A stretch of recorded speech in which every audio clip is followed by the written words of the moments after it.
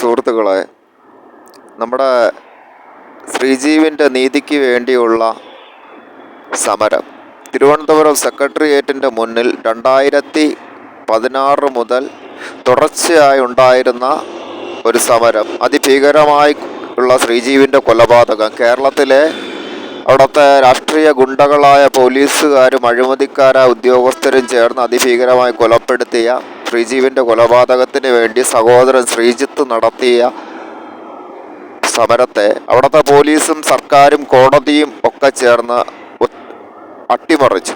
ആദ്യം കേസ് അട്ടിമറിച്ചു, കേസിലെ പ്രതികൾക്ക് പ്രമോഷൻ കൊടുത്തു. പിന്നെ അവർ സമരവും അട്ടിമറിച്ചു. ഇപ്പോഴും നടന്നുകൊണ്ട്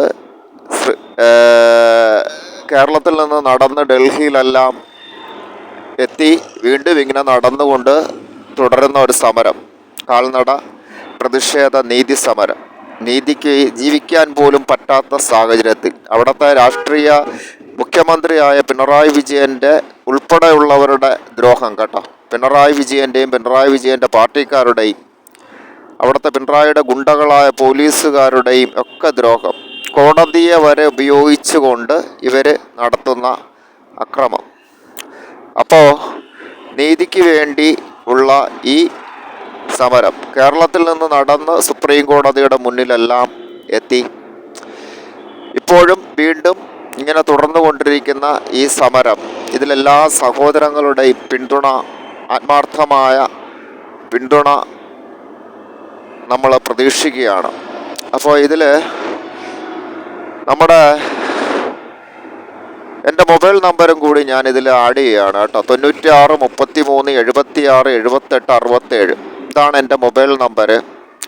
96 33 76 78 67 ഇതാണ് എൻ്റെ മൊബൈൽ നമ്പർ. ഈ ഒരു നമ്പർ മാത്രമേ എനിക്കുള്ളൂ.